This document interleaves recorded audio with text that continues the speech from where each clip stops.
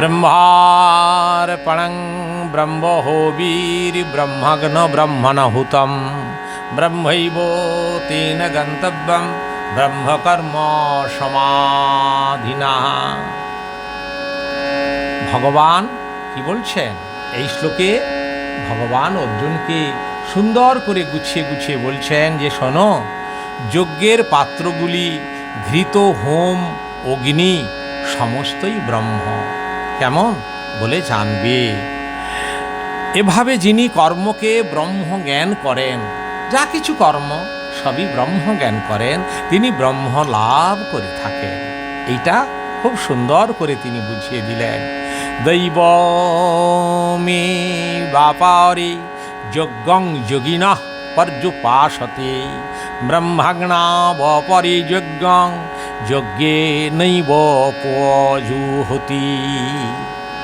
অর্থাৎ অনেকে যোগী দৈব যজ্ঞের অনুষ্ঠান করেন, কিন্তু জ্ঞান যোগীরা ব্রহ্মরূপ অগ্নিতে সমস্ত কর্ম আহুতি দিয়ে থাকেন। হ্যাঁ, তিনি আরো বললেন, শ্রোত্রাদিনিন্দ্রিয়াণে সংযমাগ্নি সুজুহতি শব্দাদিন বিষয়ানন্য ইন্দ্রিয়াগ্নি যুজুহতি। সংযম রূপ অগ্নিতে অনেক যোগী ইন্দ্রিয় সমূহকে আহুতি দেন।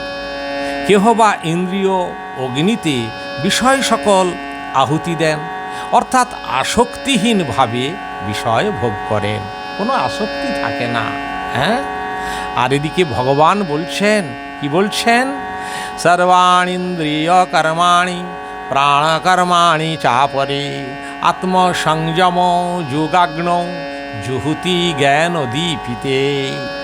অনেকে আবার জ্ঞানদীপ আত্মসংযোগ রূপ অগ্নিতে সকল ইন্দ্রিয় কর্ম ও প্রাণের কর্মগুলিকে আহুতি দেন। হ্যাঁ, ভগবান এইভাবে অর্জুনকে সুন্দর করে গুছিয়ে গুছিয়ে বলছেন, আর সেগুলি সব আমাদের জন্য।